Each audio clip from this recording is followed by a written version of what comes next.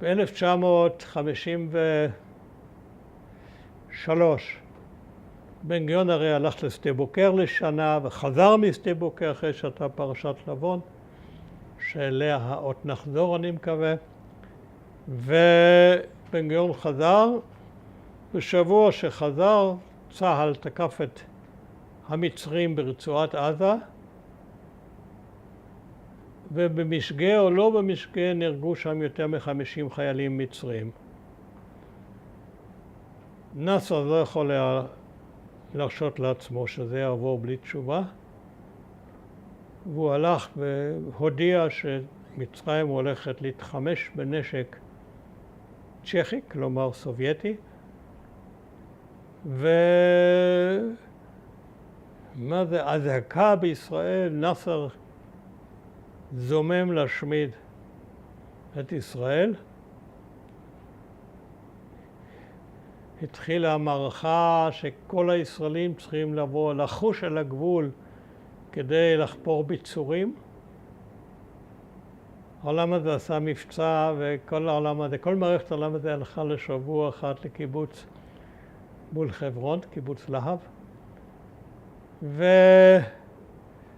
והתחילה ההיסטריה של המלחמה, היסטריה של מלחמה, שבדיעבד ברור שהיא הייתה מפוברקת לחלוטין על ידי בן גוריון ועוזרו הקרוב שמעון פרס ומשה דיין, שקודם היה אלוף פיקוד הדרום ואחר כך הרמטכ"ל.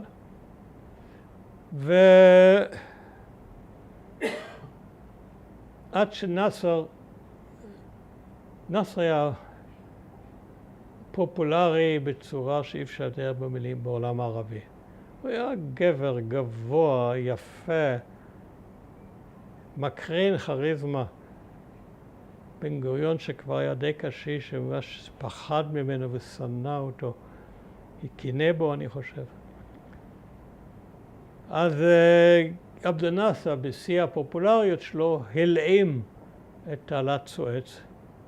מה זאת אומרת הלאים בתעלת סואץ? גם כן סיסמה כזאת. החברה שניהלה את התעלה הייתה חברה בריטית, צרפתית.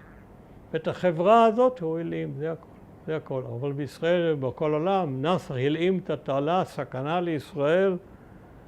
לאורך התעלה היו מחנות של הצבא הבריטי, סכנה קיומית לישראל, הצבא הבריטי יסתלק ואנחנו נשאר עם הצבא המצרי הענקי הזה לבדנו.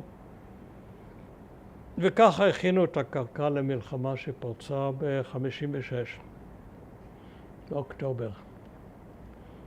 והצליחו לשמור על גורם ההפתעה עד השנייה האחרונה. עשו גיוס נגד ירדן. וריכזו את הצבא מול ירדן. והעולם הזה שהופיע ביום רביעי בשבוע, והכין אותו ביום שלישי בשבוע, וסגרו אותו למעשה ביום שני בשבוע, הכין שער של מלחמה לירדן, שחיכו לו כל רגע. שנייה האחרונה כל העסק הזה סיבוב, והתחילו להתקיף את הצבא המצרי במצרים.